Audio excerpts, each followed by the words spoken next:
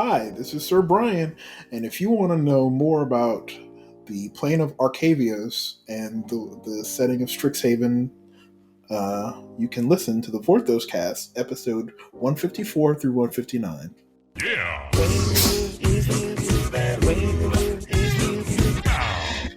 Welcome, fellow adventurers. It's me, MrComboNumber5. You can find me at MrComboNumber5 on Twitter, all spelled out except for the 5. And you can find the other content I do over here at CMDTower, whether it's brews and builds, Eternal of Hot Takes, MTG Action 4 News. Just head over to CMDTower.com. And I'm Sir Brian. I can be found on Twitter at MTG Lord of Leaves, and on the Vorthos Cast on occasion, though I haven't been on in a couple months because of sickness and travel and other work-related things. So, well, this is going to be awkward, but if you're looking for more lore discussion, Brian, what were they talking about last time you heard? Actually, they had the writer of the Kamigawa stories on this week. Unfortunately, I wasn't able to be on it because they had to redo the recording earlier today than I get off work. So, should be a good episode, but I won't be on it. Well, hey, you know what? That's okay, because next week we have Josh Lee Kwai on MTG Action 4 News, and Tuck won't be able to make it, but I don't know if that's because he's purposely avoiding Josh, because he knows that he'll hashtag coming for him, Jimmy, or if he'll just wreck him on a future episode of Game Nights. All good. Well, guys, we're going to start off with stories that gets left hanging. As Sir Brian opened up, we're on Arcavios and Strixhaven, aka a ripoff of Hogwarts. I get it. They did 5 schools. Hogwarts is 4. I get it. I mean, technically, Magic had a wizard school long before Harry Potter came out, so I don't want to hear it. But the cool thing about this, guys, is we got 5 enemy colors with these schools, and each of the schools are named after the elder dragon that founded it. Really, I personally feel this was Wizards' way of moving away from Is It, and then bringing on... I don't care enough to even remember what the new ones are called. Brian, help me out. You've got Loreholt. Ooh. You've got... oh god. This is bad. Just remembered. It's been a week, y'all. It's been a week. But there's basically these dragons that founded it, and the way that it looks like the school got started, and I found this very interesting, was there was a bunch of chaos, a bunch of crap happened, life was renewed. These dragons were there, elder dragons, big badasses, and they were just kind of doing their own thing. And then, yes, Peasley mortals came along, and it seemed like they discovered power within Arcavios, but they were wielding it like crazy. Just nonstop war, violence, and absolute chaos. And what I found interesting, Brian, was that instead of the elder dragons inflicting the wrath of the Old Testament on their asses, like usually omnipotent beings do with us fleas, they were like, hey, maybe we should help them wield this magic. What was up with that? Well, I find it's probably one of the better parts of the story, in my opinion. Like, the fact that you have benevolent dragons that are willing to look out for the development of humankind. Like, I think the only one that comes to mind in Magic history anyway is Arcady Sabbath, aka Arcades the Strategist, who was actively building up an empire in conjunction with his humans, as opposed to trying to just lord over them. And it's, it's a very nice touch in Magic lore. Well, I thought that was pretty interesting, and obviously each of the dragons, if you guys go look at the color sets, it's really gonna show the flavor of the dragon. They really did find each school or subset of Strixhaven in their image. So I really like that. That's very on flavor with a lot of other, we could even use the Harry Potter example, Godric Gryffindor. Gryffindor resembled the things that were popular to him. I'm sorry, we don't have other good examples. What do you want to do? Friday Night Lights? I don't know anything about that. Look, Tolarian Academy existed before Harry Potter came out. That's all I'm gonna say. Wizards has been doing Wizard School forever, longer than Harry Potter's been released. So that's I'm gonna stick by that. But the Elder Dragons are nice. I'm kind of sad that we only really got to see one of them, and that's Witherbloom in the story.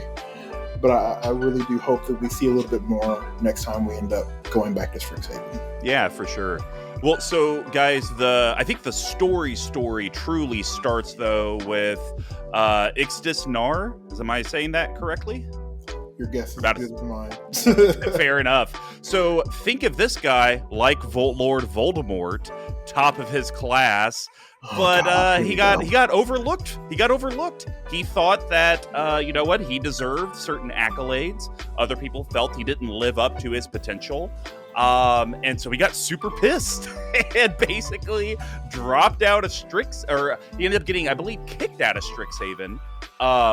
And he is just vindictive. He wants to see Strixhaven burn. So he ended up finding Oryx, which essentially is like the island of misfit toys. Just everyone that Strixhaven kicks out or drops out kind of joins the Oryx. Well, I mean, it's not just that he looks for people who have dropped out. He actively recruits, and it happens in the story where he goes after people who think they might have an axe to grind, or like the Death Eaters. It's all right, Brian. I got you this. Don't know what that was, but okay. It's sad trombone. Yeah, the group just looks for anyone who they think who they can manipulate into joining their cause, and hopefully they're mages so that they can inflict some damage on the school when the time comes, and it eventually happens. So, well, the other piece of this story is the awesome, I believe they're twins, Will and Rowan. Yep. That we saw initially for the first time, I believe, at that trash set, Throne of Eldraine, aka one of the best sets printed. That's not the first time we saw them. We saw them in Battle Bond. Oh, that's right. That's right. I guess Throne of Eldraine is the first time that we got like a lot of backstory with them. Yeah, when we got Battle Bond, like there was a blurb about them, but we didn't really get a whole lot of story. But yeah, we didn't get the full-on story until we got to Eldraine. So one of the things with these twins, even though you might have noticed their cards seem to kind of support each other, and I think they have had a supportive relationship, this story is the first one where there's been a little bit of that, let's call it sibling tension. Will, being the inherent blue planeswalker, is all about learning, and he's trying to enhance his knowledge. Rowan, being the red planeswalker, she's about power, and she's wanting to just wield power, and I don't need to study. I'm a badass, and I can wield some stuff. And that starts causing right there. It's causing friction. Well, the friction has always existed. It happened in Eldraine in spades. It's like they were always over. They were fighting a lot about the best way to go about things throughout that entire story on Eldraine. So, like, that's always been a part of their kind of shtick, so to speak. But I think it definitely gets raised to an entirely different level, to the point where they are actively hostile towards each other for the first time. But they, like, in Eldraine, there's always been a sort of tension and conflict between them, but it got elevated once they were off doing their own thing, and Rowan is trying to do her thing, like you were saying, with like trying to attain power to a certain extent and to kind of show off, where Will is all about learning as much as he possibly can and not stepping out of line and doing, being the good, studious student, the Hermione Granger, if you will.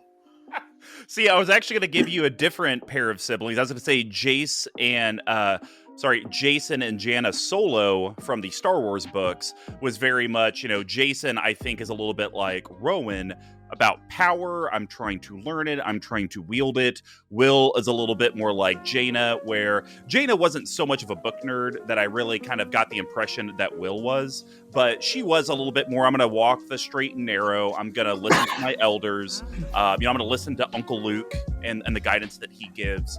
And so I definitely got that from Will. So interesting thing from here is that the only reason they get here is they end up getting their acceptance letter. It wasn't delivered via Owl, though. It was sent by Kasmina because she seems to be kind of getting set up as I don't know who in Magic I would equate her to. I think of her almost being like the new Fury, like in Marvel. She's kind of like, I'm trying to put together this ragtag team of people because there's a bigger threat coming. You're thinking of Urza. That's who you're thinking of. You just don't know it yet. There we go. The Urza did this whole thing. That's like the crew of the Weatherlight was very much a similar situation, but I think Kasmina is a little bit different in that, you know, she's a planeswalker who knows other people are planeswalkers sometimes before they do. So it's, or at least that's the blurb that we've been, because, you know, we don't actually see a lot of her in the story. We see her kind of brooding in the background throughout the entire story, but I'm really interested to see what they do with her going forward, because I feel like, to be honest with you, if you had picked a planeswalker to get Phyrexianized first, if you had asked me before the resolution of the Kamigawa story, that would have been my first guess, because, you know, the Phyrexians are always trying to recruit planeswalkers to do their bidding, and with Kasmina's power set, or you know, that's what we've been led to believe is her knowing about planeswalkers sometime before they do, and I think that would have been something the Phyrexian would have been super interested in, being able to tap people before they knew their own power. Yeah, no, I could totally see that. A little bit of a Hydra, you know, just kind of using that Marvel example of, you know, I see your potential before you see it, and I'm going to try to manipulate you before you even know it's happening. Mm-hmm. So another thing with the story, and we all was like, what? Professor Onyx. Why don't they just call it Professor Liliana? Well, Liliana is actually seeking out Strixhaven because she is looking to learn how to revive Gideon Jura. He sacrificed himself in the War of the Spark story. So she actually comes to this college under the false name of Onyx, who I believe was an ex-student in the past, correct? No, she was a student here in the past, in the far distant past. She just took up this name because she liked the sound of it. When we last left her at the end of the Dominaria, or the War of the Spark story, she was, you know, trying to evade the people hunting her at the behest of the guild leaders of Ravnica, and she was hiding out. Like, Kaya found her anyway, but, you know, she was trying to lay low, so that's why she's not using her own name. She's not. After she escaped from the end of War of the Spark, she's been laying low, trying to avoid running into any other planeswalkers, only interacting with Kaya and Rat and that whole crew who knew of her deception, and she's like, all right, let's go to Arcavios, because I know Strixhaven, and they have this library full of allegedly all of the spells ever have been cast in the multiverse. Yep. So, looking for a way to revive Gideon, and like she's looking and she's looking, and she doesn't find what she's looking for, and then it seems like a student might have found what she was looking for, but it doesn't quite work the way that she expects it to, and she ends up traveling to visit Witherbloom, the dragon Witherbloom, and I'm like, yeah, I can't really help you because the results aren't going to be what you want them to be. Yeah, it's kind of like the genie in Aladdin, when it's like, I don't like to raise people from the dead. It's not a pretty picture. I don't like doing it! Yeah. So... So I thought that was pretty interesting, though, that, you know, she initially came as Onyx. Then we get introduced to another planeswalker. And I think the thing I found interesting about the story is that a lot of planeswalkers came to Arcavios, like, it's just like all different. It wasn't like, hey, we're all coming together. We're doing a group all-inclusive vacation. It's just everyone had like a different reason to come to this plane, and it all just kind of coincided at the same time. Because now we had Luca coming. Luca, you guys might remember, was the planeswalker from the Beast set that we did, the Godzilla Ikoria. Came into that. And so Luca's there, and he doesn't really like Strixhaven. You know, I think there's a myriad of stuff, but if we just had to boil it down to a simple thing, he just seems like they're too controlling and I guess maybe judgmental. I don't really know. Like he gets a very hostile vibe from the townspeople who are there when he walks into the pub, because it's like they don't really trust strangers and they're kind of uptight about it. So. Sounds like one of the local areas around my house. They are very uptight. So, of course, who have we talked about is embracing outcasts and recruiting them? Well, it's Oryx.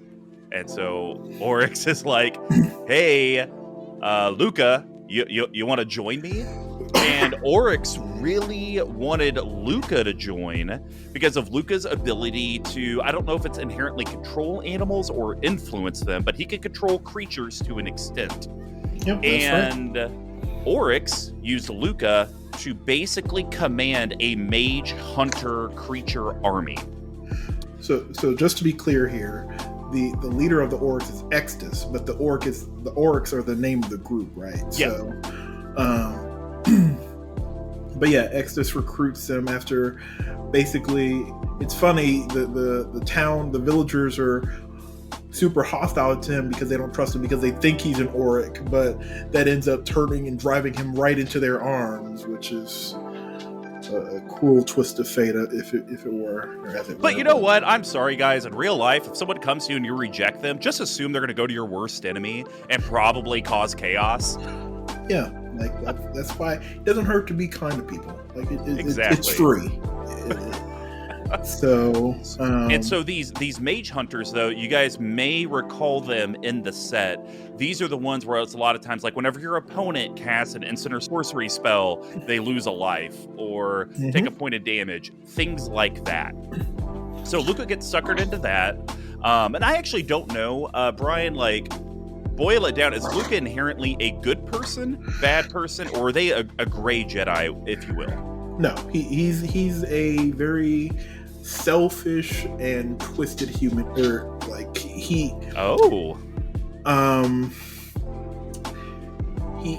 puts himself in the victim light, regardless of whether he actually belongs. He like if I don't think he is. It's almost never right to call him a victim because a lot of the circumstances that he's in, he put himself there.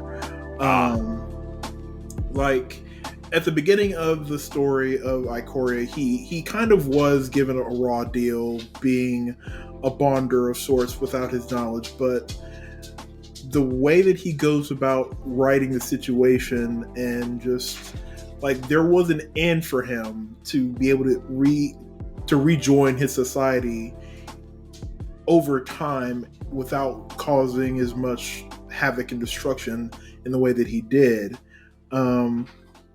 So he had a chance to be a righteous savior in a way to unify the Bonders and the people of the big city that he's from, but he chose violence. Like literally, he chose violence. He took his Squee McGee coin, he flipped it, and he got get up and fight. And he was like, well, I guess I'm whooping ass today. Yeah, so like he kills his would-be girlfriend's father and tries to take over the town via violence and goes way overboard, and until he's stopped by the other planeswalker Vivian Reed and the rest of the Bonders, that force him away from Ikoria, which leads him to Arcavios. Like, he had a chance to be a good person, and he kind of just threw it away because he felt he had the whiny victim complex. It's just, I don't care for him very much. I'm sorry. I could tell. Well, let's see what happens in the story. So, the story continues. The Oryx is still recruiting more students, growing while interesting. The school reduces in numbers. Kasmina actually, I guess, bumps into Luca at some point and actually sees this like multiversal potential in him. So with your disdain for Luca, how do you feel that Kasmina may actually be like seeing something in this planeswalker and may try to convert him to be good? I don't think Kasmina's looking at it as a good and evil thing. She's looking at potential power to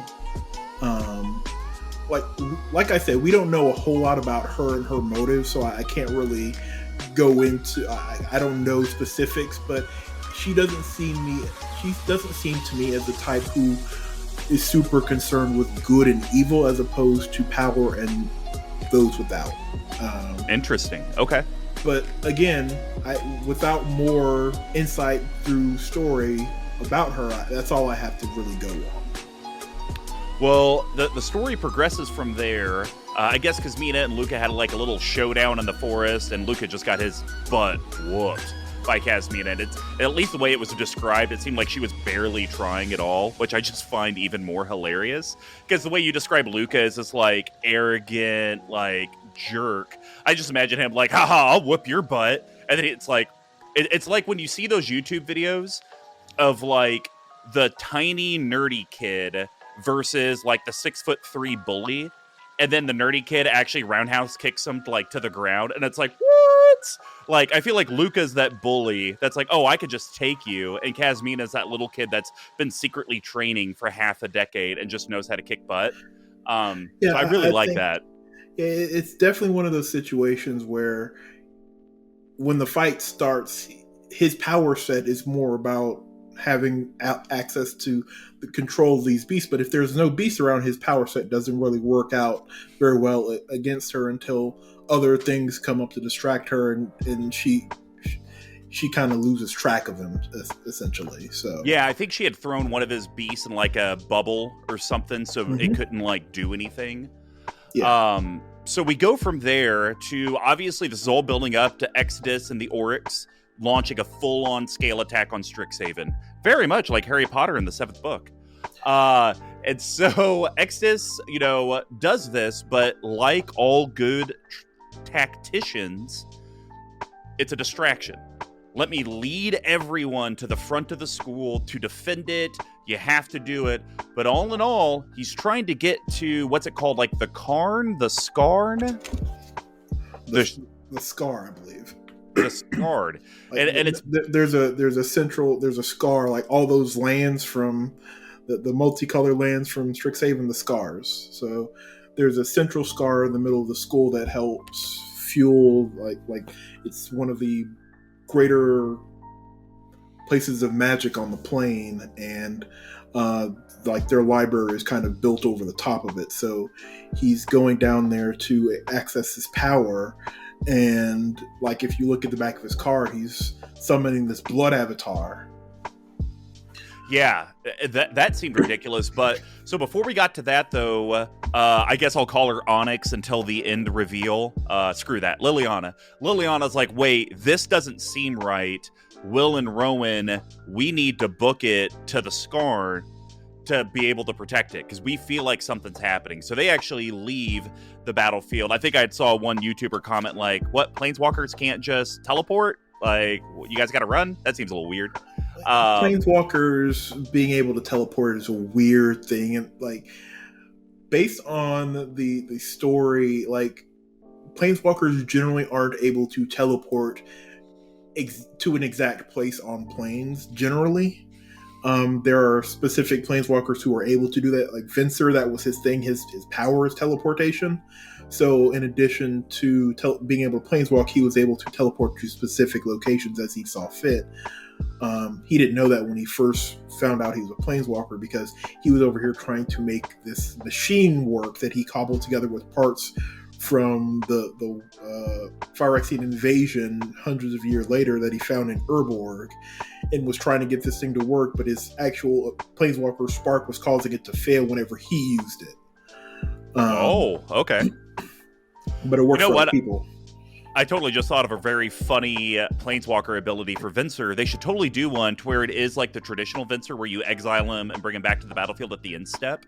But what it should be, knowing like little chaotic, and he's the only one that could really do it as his power. It'd be funnier though if it was like he exiles and he returns to the battlefield under a random controller's board state, and then if it's like not yours, you get some token of something. Like, I think that'd be kind of a funny thing. It's almost chaos. Like, Sean, roll the dice. Who knows where it goes? Spencer's dead though. Well, you know what? Gideon's dead. Lily's gonna do something, or Onyx. Like he literally gave his spark and his heart up to Karn, so Karn wouldn't be corrupted by the Phyrexian oil. So, well, hey, Phyrexian's coming back. Venser could be back. Nobody's dead. No, that's not how this works. Well, we're taking it back. So the cool thing, and Brian mentioned it earlier, you would think these elder dragons would come up and defend their school. I think Witherbloom is the only one that does. And it just unleashes pure dragon fire on all of these mage hunters out there, which I thought was pretty cool. I like that. And then at some point, I think during this, Kasmina ends up like transporting Luca like away from the battle. And he's just like, well, and I think that's the last time we actually see Luca in the story, correct? Yeah, she teleports him away, and because of that, all the mage hunters kind of start going wild on the people. Yeah. So they, instead of like aiding the Auric, they're hunting everybody. So the next part of the story, I talked about how Onyx and the twins show up. But they show up literally as Exodus is summoning this blood avatar. Brian, can you give us just a little insight to what is this Blood Age avatar and how it came from some chaotic past of this plane? So I believe it was just a spell that he was channeling to summon this creature that he thought could destroy the school. And basically, once Rowan got down there, she was basically fighting him for control of the thing. So I don't recall the specifics of where he found that spell or why he chose that spell specifically, but it is my understanding that it was just something that he used he was just planning to use it to destroy the school, and it didn't have any real super huge significance other than that was his tool to destroy the school. Yeah, so what I'd kind of learned about it is apparently the Blood Age avatar is a culmination of the actual Blood Age. So if you look at it, it's before Strixhaven was founded, as I talked about, where it was just like humans were causing chaos and violence. And literally this was the battlefield soaked in blood. And it was some sort of spell channeling that violence into this one being. So this being's there, it's just wrecking. And this is the cool thing, is you definitely saw Will and Rowan put aside the sibling bickery and actually start to work together, because as she was wielding this chaotic magic, she couldn't control it, but Will, because he was a little nerd, had his head in the books and was like helping her control that magic to be able to push the Blood Avatar, I believe, into some sort of multiversal portal, or just back to where it came from. I don't remember the specifics of that. For some reason, I'm remembering that basically they started feeding power to it until it exploded, but maybe I'm thinking something else. Yeah, so the interesting thing is the Blood Age avatar actually lives at the end of the story. So I want you guys to kind of picture this almost like fiery tornado-like thing. That's kind of the way the card art makes Rowan look when she's wielding all of this. I'm going to call it chaos magic just because that's an easier way for me to personally describe it. But she's wielding all of this, and then Will is kind of pushing his power into hers, and they're kind of channeling it together at the Blood Avatar. The hilarious thing, guys, you could guess it. Guess who the Blood Avatar did kill? Exodus. Because if you ever summon an all-powerful demon thinking it's going to work for you, it's probably not going to happen. I'm just saying. It's probably going to kill you. I mean... Come on. Are you saying that working with demons isn't a good idea all the time? I know. It's weird. Even some of the times, I'd argue probably not. So, Exodus is dead. The Blood Avatar is getting pushed back to where it came from. But literally, as it's about to go, it swings its axe out and actually cuts off Will's leg. So he's one-legged Dan over here. And they get the Blood Avatar finally pushed back. Story's over. We kind of have this nice intermission, or this kind of closing. Kasmina, that's where we find out she's recruiting for what's somewhat described as like a shadowy cabal for a greater threat coming. Onyx finally tells the school, hey, I'm Liliana. And they even offer her a position at the school, which one YouTube comment was pretty funny. Like, wait, you're saying that I lied to get a job. I saved the school, tell you that I lied to get the job, and now you want to offer me a job? That seems, I don't know, maybe not the best message for the kids, that if you lie, you get what you want at the end of the day. But one of the interesting things, and this is where I'd like to kind of get some of your insight, she's doing it with kind of the implication that she will be able to teach necromancy and learn necromancy. I don't want to hear future thoughts, but just on that, do you think that's an interesting tidbit that could lead to a future story? There are those who would say necromancy is not inherently evil until you make it evil. That's very true. Like if you're using your necromancy to save a plane from some kind of cosmic space monster, is it really evil? Very true. Well, the last thing that the story ends on, guys, is Will and Rowan, they are still at odds, but still care for each other. Will wants to go back to school. He wants to do another semester. He wants to continue learning. Rowan actually believes that she's learned everything that she can from the school. She doesn't need to learn anymore. So that's a little bit of kind of where we end with the Strixhaven story. And before we get to like where we think stuff could have gone or what might have been, let's hear a little bit about the CMDTower store. Hey there, collective. Do you need a new playmat? Do you need some sleeves? Have you been forgetting your upkeep triggers? Well, be sure to head over to cmdtower.com/merch and be able to pick up all the great swag made for you guys. It could be the MrComboNumber5 reminder token. It could be the Squee McGee Get Up and Fight coin, or heck, even our foil playmat or Jund holiday sweaters. All of it's there. Go check it out. All right, let's head over to the Unexplained Omission, things that we believe should have happened in the story.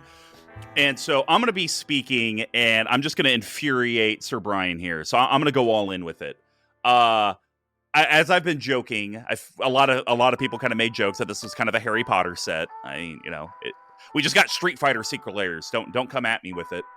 I was kind of shocked that we didn't have a character in this story for the boy who lived. The whole Exodus tried to kill him. They survived. Potentially their spark got ignited later or something like that. I'm a little shocked we didn't get some sort of character in there, even if they didn't get a card that could be for future. Another thing I found interesting, and this is actually where I'd like your thought, Brian. The Gatewatch. That's kind of, for me, that's my original Weatherlight. I wasn't playing back when the Weatherlight was there. So the Gatewatch is my first superhero team of Magic.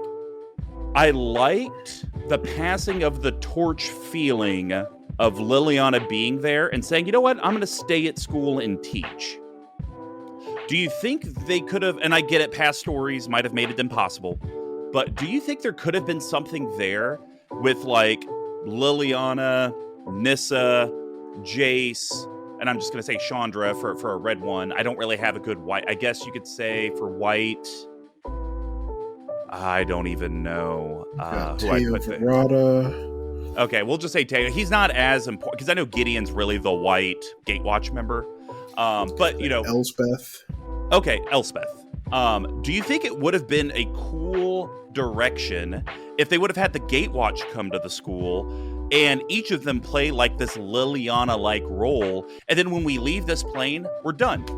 Hands are clean at the Gatewatch. They're here teaching at the school. We could pull on them when we need to get them. But now this is, let's let a new era of Planeswalkers come in. Do you think that would have worked? I don't think it was necessary. I think I don't know how it would have fit either. Sure. Just because, the Gatewatch is kind of doing their own thing right now, and also only one of them actually knows Liliana's alive, so that I think they're waiting to set up that reveal. So I think the way that they've done it is just fine. They're leaving a string out there to be pulled eventually. Like the Ravnica plane, or the Ravnica guild leaders will probably get wind of Liliana still being alive on some far-flung plane that they can't get to, because either Will or Rowan or some other planeswalker who eventually sparks after going to that school let slip that there was this awesome necromancy teacher named Liliana, and it's. I think the way that, like, I've never been one to begrudge Wizards of putting out strings as long as they plan on pulling on those strings sooner or later. I've given them a lot of grief on Twitter about,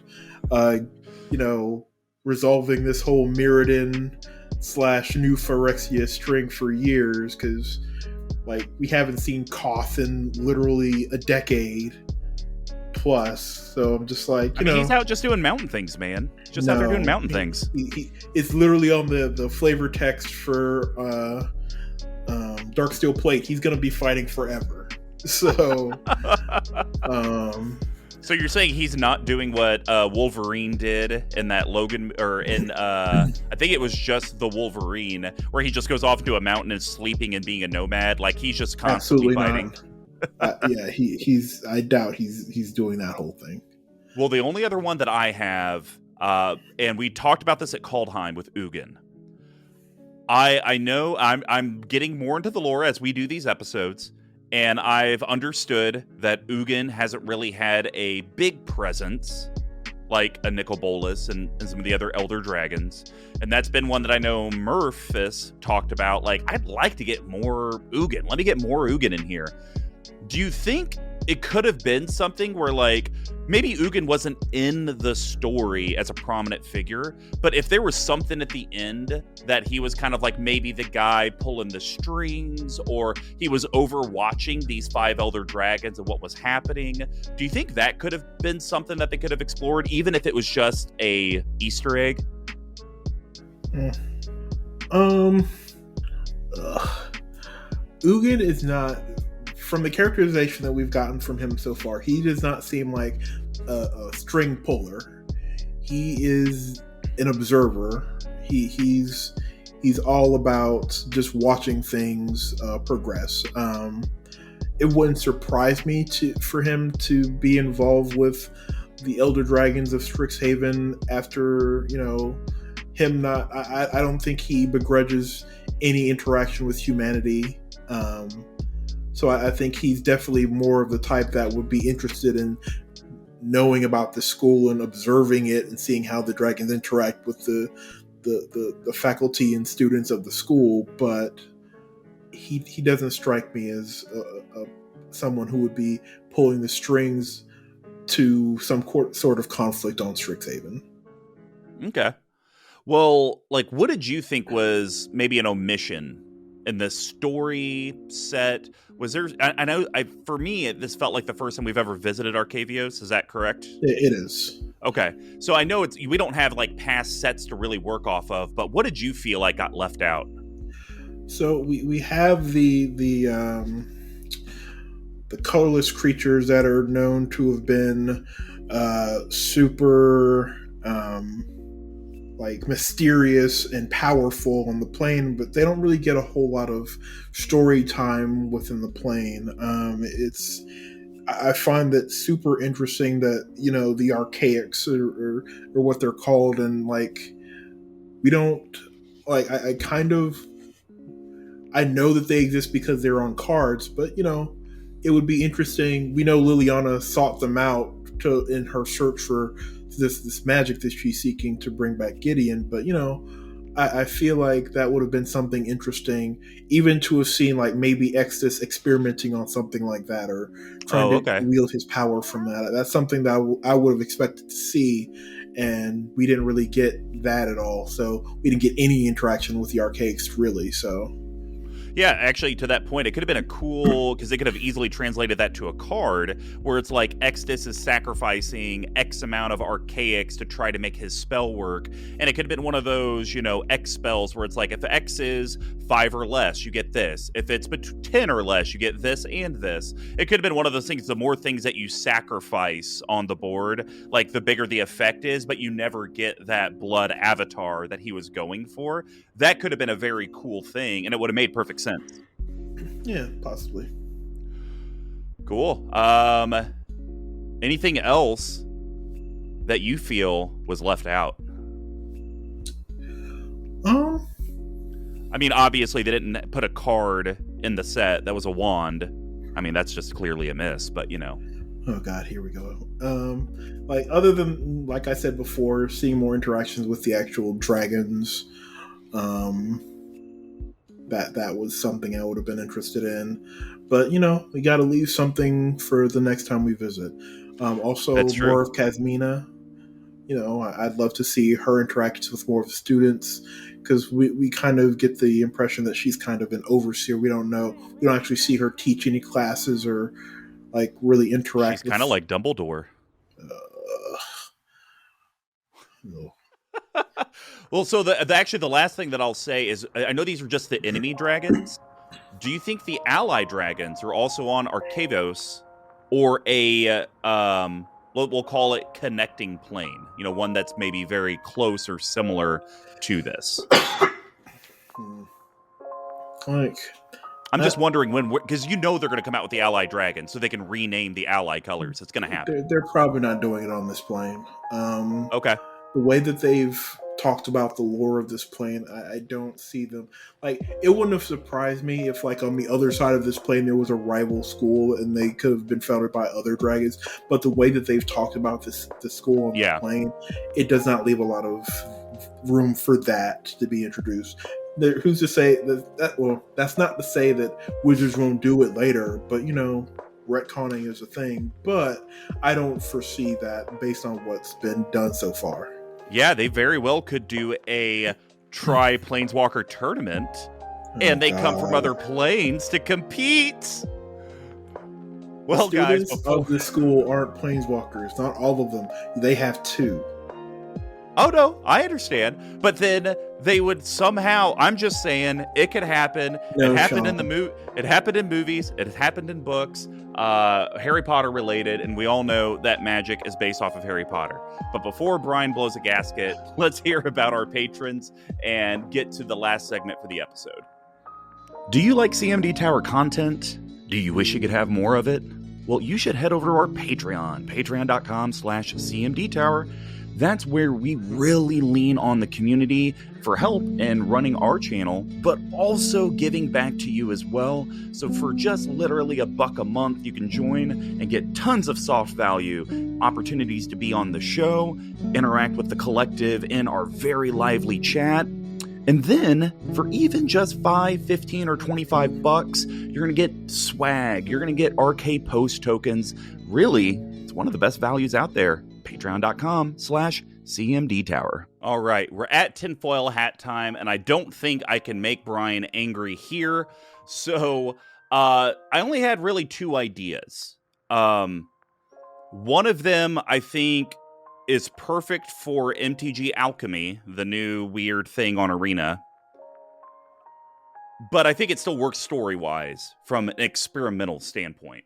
So here's my first one. Liliana has shown interest at the end. She wants to teach necromancy. I'm sorry, when you teach children raising the dead, nothing good ever happens. So I have this belief that she is going to impart this wisdom among the kids, the students, or even maybe a planeswalker that comes and wants to learn from her. And they're just going to take it a step too far. And when I think that step too far is taken, I think that'll get us our first shard color set. So 3 colors on this plane, because it would be that student would rise like an Exodus. I think it'll be another fall from grace, but I think Liliana is going to be directly tied to that fall from grace. How do you feel about that maybe being like a major plot thing for the next time we visit Arcavios? I don't think it's going to happen. Like, why? Come on. So the reason I say this is because we already have a set that has some colors that are missing from the grouping that they already have, and that is Captains of Tarkir, or Dragons of Tarkir, really. In that set, or in that plane, we're currently in a timeline where the dragons are prevailing over the humans, and Ugin is now back, so the dragon storms can be like while he was in slumber, the dragon storms were just going wild and spawning dragons all over the place. And I think with him gone from that plane, the humans would have time to rebuild, and I think we're going to see the rise of the clans back. Instead of being under the foot of the dragons, we'll see the humans start to reclaim their clan heritage, and we'll get the shards back that way. I don't foresee them doing adding a color to the schools on Strixhaven just for I don't see them doing it that way. If they wanted to add shards or a color to already pre-established groups, I see it more likely on Tarkir than I would here, just because of how the dragons are in power. Colors aside then, though, but still, because you could even say, okay, that introduces ally colors. I don't really care. But, what do you think, though, about the next kind of a big piece of the next story when we revisit is a student falling from grace because of something Liliana taught them and her kind of dealing with those ramifications? Like I was saying earlier, I don't think the way that Magic is framed, necromancy doesn't always have to be evil. I understand. It's how you use it, and I don't think they're willing to just make one of the they're already trying to have her on a redemption arc. I don't think they're trying to set her up for another failure so soon. I think, especially with her having her motives as trying to look out for Will and Rowan in their time of need, fighting Extus, instead of just leaving them to die. I think they're not so eager to just throw her under the Gideon bus of being to blame for something that a student has done. So I don't think that part of it would be the great motivator for her. I think she's deserved another story arc as opposed to being yet again to blame for something. I don't see them doing that with her just yet. Maybe in the future, but I don't see them doing that this time. Now, granted, we say just yet, but we may not even see this plane for another 15 years. So this is true. This is very, very true. We haven't been to Mirrodin in a while, so. Well, the only other idea that I had from a tinfoil hat perspective, then I'll be curious to hear any of your ideas. And this is one that I know you're going to crap all over it, and that's fine, because I don't care. Because I think it's actually very interesting whether or not it works in the current confines of the Magic story today. To me, anytime there is a school of students and power, someone gravitates to wanting power. We literally had it here with Exodus. It wanted power, whatever it is. When Liliana appeared, and Luca appeared, Casmino's like, whoa, sparks, planeswalkers. Like, that's different. We don't have that here. Do you think there could be something to where students begin to study what a spark is, how they ignite, and could this lead to a path to where a group of students, whether it's naivete or not, try to figure out how to ignite their own sparks? And then there's devastating consequences when they're trying to tap into something that they just do not understand. Again, it's possible, but I don't like. Wizards has been very specific about who gets sparks, and if you don't have it, I don't think. I'm not sure that they're willing to set up a storyline where a bunch of random kids try to delve too deep, as it were, and blow themselves up trying to acquire a spark when you have to be born with it, right? Yeah, the thought that I had from like a actual card game perspective is some sort of enchantment or even an equipment that it's kind of like the embalm mechanic, like when the card dies, it could get exiled and then you get a token copy. And this is why I said it could only work on alchemy, because then it would be like, they get a random, I think they have those ones where it's like a randomly assigned attribute to the card in alchemy. I don't think they're doing story around an alchemy. Like I didn't say they were, but this is how you easily create a card from the story. I mean, there's lots of stuff that happens in the stories we don't get cards for. Yeah, but I think this is. I don't think this is the route that they're going to go with their story arcs.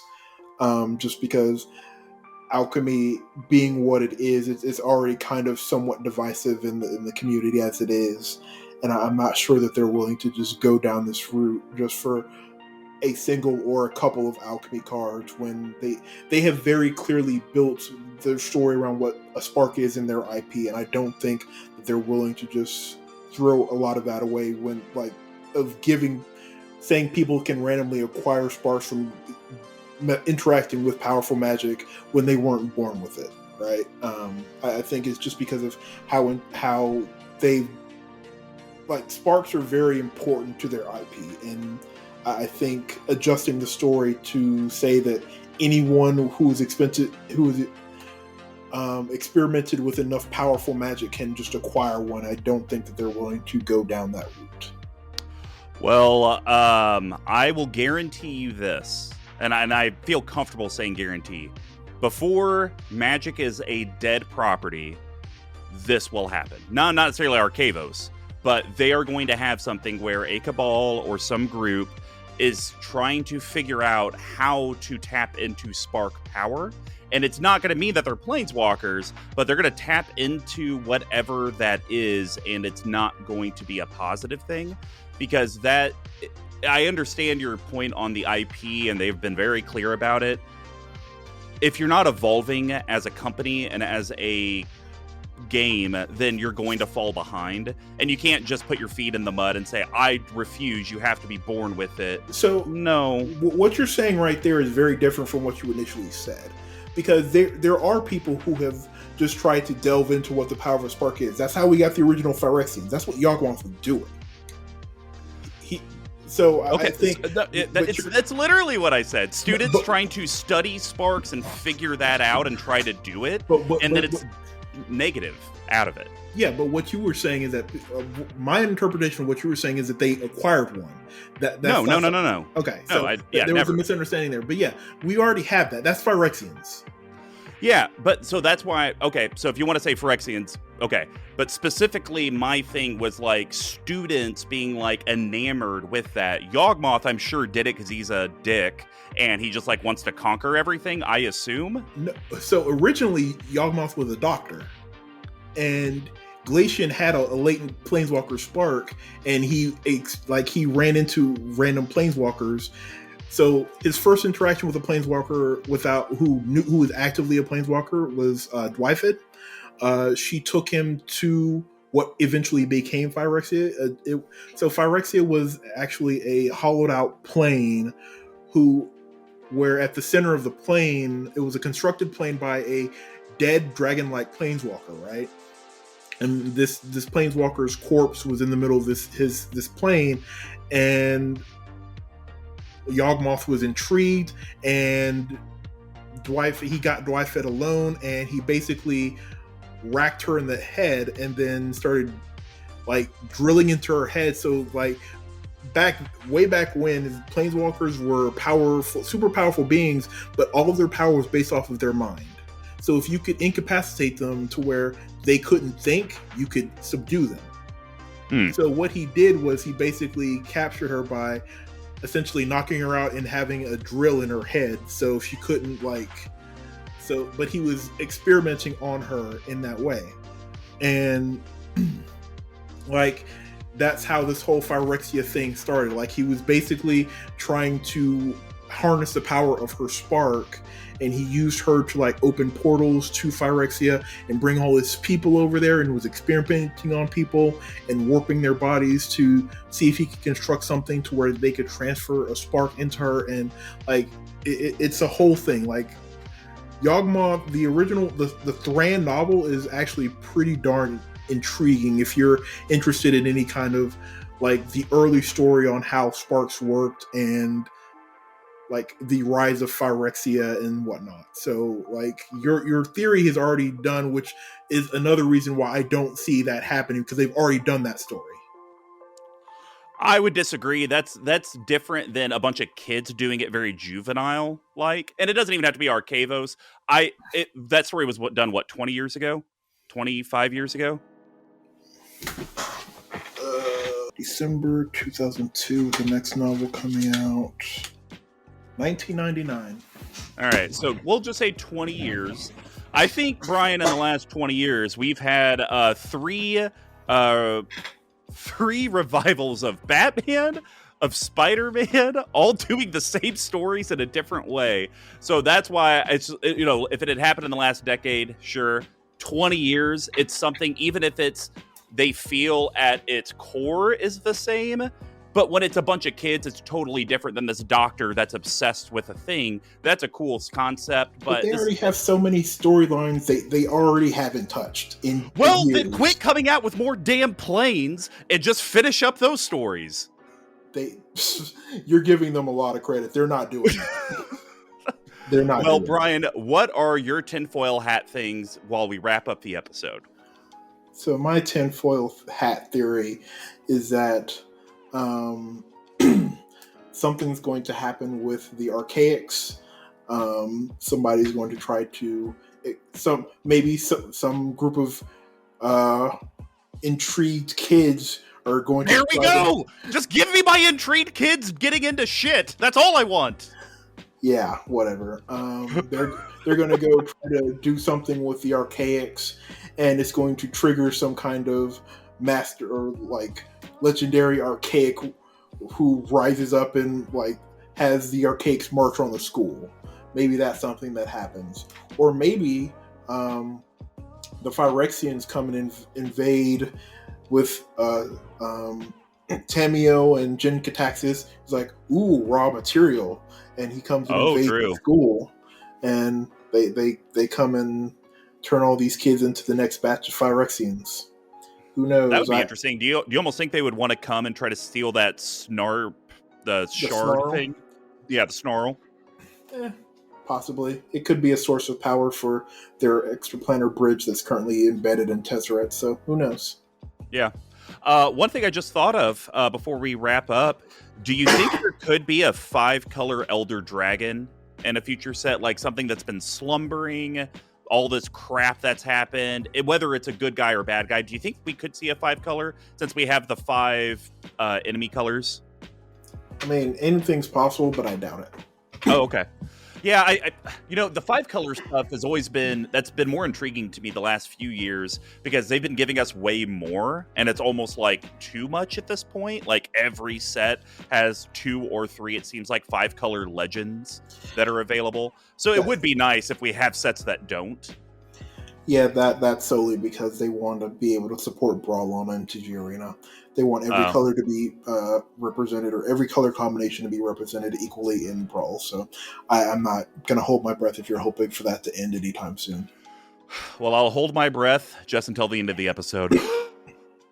Well, I'm MrComboNumber5. You guys can find me at MrComboNumber5 on Twitter, all spelled out except for the 5, and on all the other content we have here at CMDTower. Brian, and you can find me at MTG Lord of Leaves on Twitter and on the Vorthos Cast when I eventually stop having work issues and sickness and stuff. So, and we will see you guys at the next multiversal destination, Planeswalker. Yeah.